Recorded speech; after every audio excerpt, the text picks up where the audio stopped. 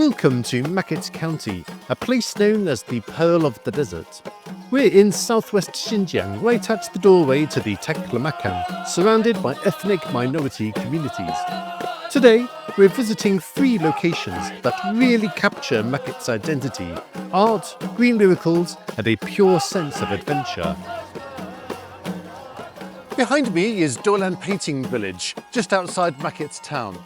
This is the heart of Dolan folk art and the gateway for anyone going deeper into the desert. Makit is famous for its rich Dolan culture, its sweet red dates, and its beautiful desert scenery. But more than anything, it's known for the artistry and resilience of the people who live on the very edge of one of the world's greatest deserts. This village is famous across China for its vibrant Dolan farmer paintings. It's also the launch point of the N39 desert route and the last supply stop before entering the dunes. The community has turned its cultural heritage into a living, breathing tourism space.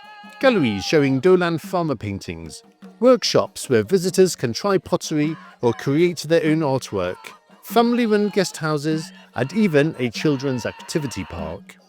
Music is a big part of Dolan identity as well. Here, you'll hear performances of Dolan Mukam, both recognised as national and world-level intangible cultural heritage. Together, they make this village an immersive start to understanding Makit's culture before heading into the desert.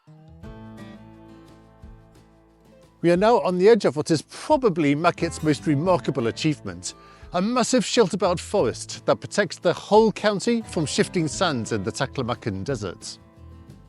For over a decade, local residents have been nurturing a green barrier along the desert's edge, row by row, year after year. We're in the middle of winter at the moment, so the trees are a little bare, but I can imagine that after they bloom in spring, they will offer a lot of protection against sandstorms, especially considering the scale of this forest. Just 13 years ago, this shelterbelt forest was nothing but shifting sand dunes. Since 2012, more than 300,000 local people have planted over 260 million trees. As a result, sandstorms have fallen from over 150 days a year to fewer than 50. Rainfall has more than doubled, and wildlife, including gazelles, foxes, and birds, has returned. Life here is no longer at the mercy of the deserts. Well, here we are. What an incredible experience. I guess this line here is more or less where the Taklamakan Desert begins. The project has transformed what used to be open desert into a continuous belt of poplars, red willows, and other hardy desert species. Today, this green shield has become both a symbol of Makit's resilience and a real-life example of how determination can reshape even the harshest landscapes. Well, I've really built up a sweat playing on these dunes, but we still have one more stop up ahead, and that is the N39 scenic area. So let's go and check it out. Named after its position on the 39th parallel, this zone is the lifeline for many desert crossings. It's also a playground for sand sports, off-road driving, desert cycling, stargazing, and all kinds of special adventure activities.